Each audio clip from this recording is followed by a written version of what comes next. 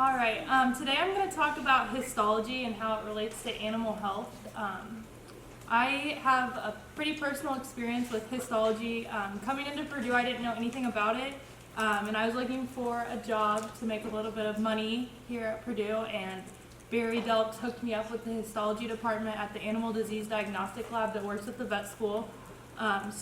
These are the different departments in the Disease Diagnostic Lab, and I have what their little acronyms mean. But histology is the study of tissue, and that's what we're going to focus on today. So I wanted to put this up here for the people online, but for you guys too. This is what the main page looks like, and anyone can submit a sample to ADDL. You go to the website, you click on the animal, there's different testing. Mostly veterinarians use this and that kind of thing, but they have the form that you can fill out, and so I just wanted to add that into here. So in the histology department, this is kind of like how everything goes through, and we'll go through it in order, but it starts with like identification, isolation, fixation, and so on. So to begin, usually pet owners identify some kind of abnormal behavior that their dog, cat, horse, pig, cow, anything has, and so that can be, if they're just presenting like being lethargic, it could be something internal.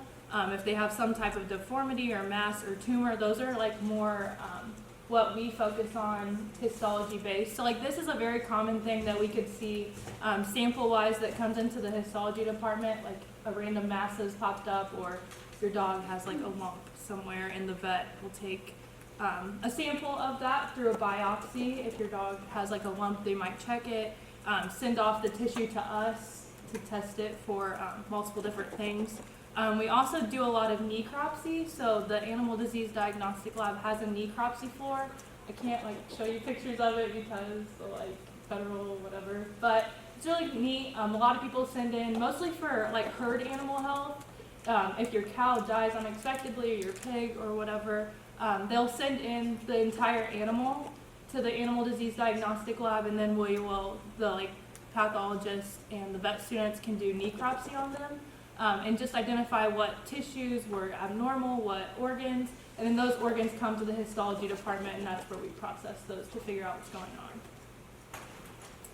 So this is the first step that we do in lab. So like the fixation process preserves the tissue from decaying.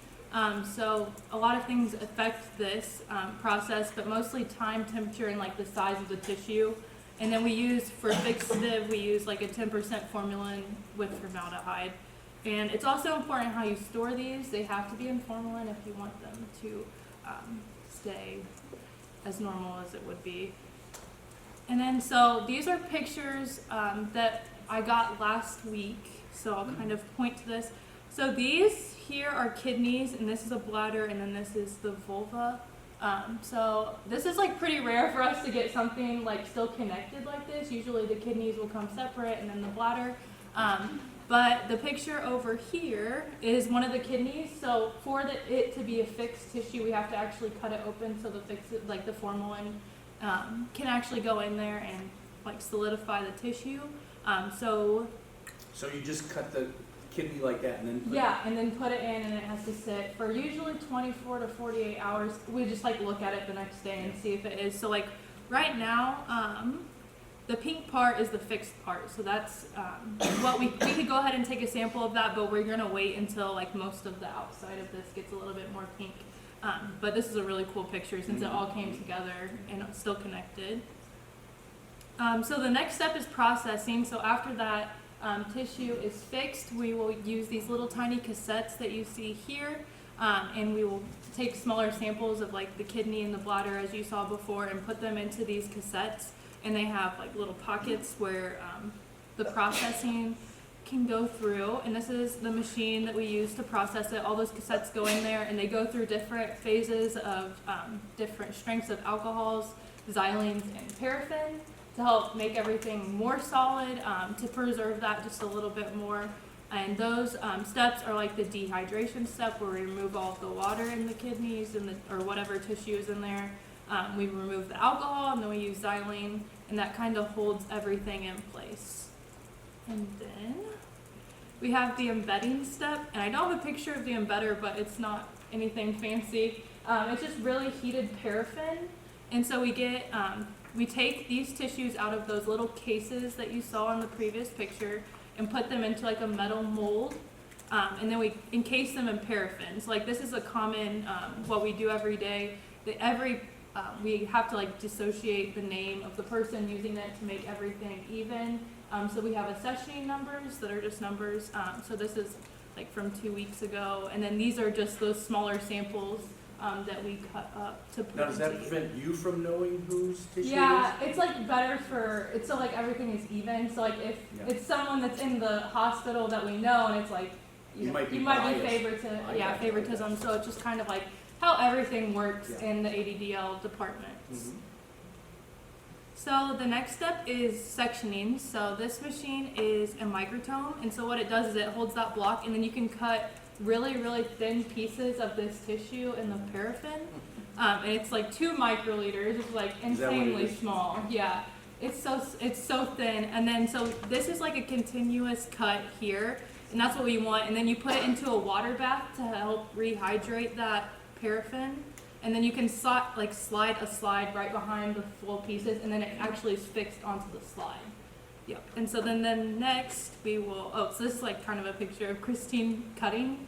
So like it's really fluid, and then also in the back here, you can see like the water bath that she will put everything in. She's just getting it ready. I used to do this a lot. If you ever have a chance to take a histology course, I highly recommend it.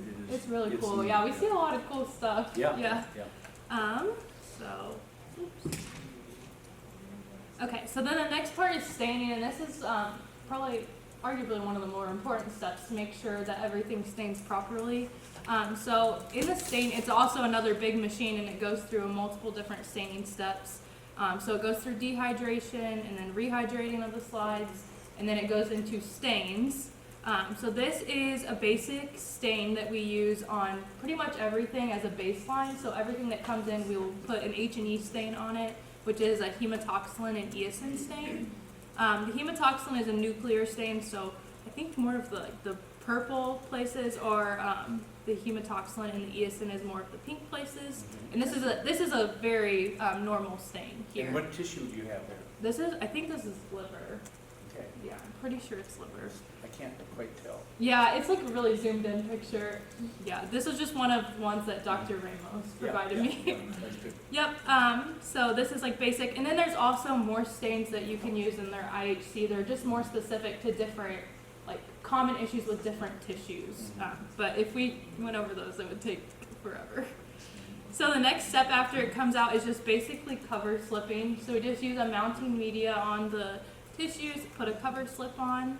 And then lastly, we take those slides up to the pathologist, and at Purdue we have 4 pathologists that are full-time, and then we also have 6 resident pathologists, which is pretty cool. So there's a teaching program in ADDL for veterinarians that just graduated vet school. If they want to continue and specialize in pathology, they do that there, so they get a wide variety of different cases. So we will deliver these slides to them, and they are the ones who actually make the diagnosis of what's going on, what's wrong. But they're very helpful, and they're really cool. If you ever want to, meet up with one of the resident pathologists, if that's something you're interested in, they're very flexible. And we have an insider that can Yeah, I can hook make you up. contact for us. Yep. And then lastly, so after the pathologist gives the diagnosis, it usually goes back to your veterinarian. So that's when they would maybe call you back in or call you with the results to figure out some kind of treatment plan, which could be just a prescription to help rid, whatever disease, or it could be surgery to remove whatever. And that's pretty much it. Okay. Are there any questions? A soft round of applause, because I'm not sure how Unabelle does it. Yeah, again, I'll recommend, if you ever can take a histology course, I can't tell you how I use it every day. And not only, I've done the parafilm, but I've also done the processing for electron microscopy. Oh, yeah. And that stuff is embedded in plastic, and I could bring some tomorrow, and in 100 years, it will still be good. Yeah, we have blocks that are still from the 1950 something at ADDL, and they're just as good as the ones that we make today. Yeah. And did you go back to the one where the ribbon is coming off on the microtome? One back, there you go. Yep, yeah. You can do serial sections. You can take each of those sections, stain them, and see how a structure changes, because you're going through the planes of the tissue. I mean, it's pretty powerful stuff. And here's one thing that Brandy probably doesn't know. I used to do this with testicular tissue. And with testicular tissue, like, if you are not familiar with bores, I'm not kidding you, the testes are this size.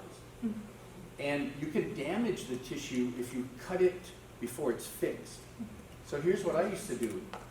I hooked up a perfusion machine to the artery and vein of the testis and pumped fixative right into the tissue.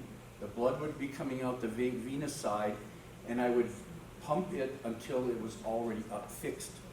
Look how neat that is. Yeah, we don't do that. No, because a lot of times your tissue isn't fresh. See, this was like, I would castrate the bore here, I would be perfusing the testes over here. Yeah. Okay, here's some chatting in class. Remember, you're supposed to pay attention. Remember, you're going to add things, so let's do it. Anybody have any questions, comments? Here we go. Yeah, how long does like the whole process usually take? So we do the whole process every day for about like 30 cases a day, and so that can be like, a case can have like 16 slides. So the whole process, we like start in the morning, and then the slides, like the first set of slides, we have to go through the fixative, like through all the way to embedding microscope, like, oh, the slide thing, what's it? Cover slipping. Oh, cover slip, yeah, Lost yeah, it. the 1x3 But anyways, we slides actually and get cover that done by like 10:30 in the morning, so like it goes pretty fast. Once things are fixed, we can get everything processed. And it depends on, the necropsy floor is another fascinating Yeah, place. so they necropsy every day, and so Yeah. they would, like, they did that this afternoon, and so we already have those tissues in fixative now, and we'll process those if they're ready in the morning and do, like, get those to the pathologist. And the faster, the shorter time after death, the better. You Yeah. know. What part do you enjoy most? What do I like? So repeat the question. So she asked me what part of this job do I like the most. Well, personally, I like the necropsy floor the most because I get it, like, it's so interesting to see and listening to like the vet students, the resident pathologists, and the senior pathologists, like hearing what they think just while they're talking. But like I don't get to do that all the time because I do work in histology. But luckily, I've been able to go when we like have extra time. I'll be able to go down there, so I go down there like once a week. But yeah, it's a lot of fun. That's great learning, I mean, no doubt about that. Okay, we're going to go on to Bailey.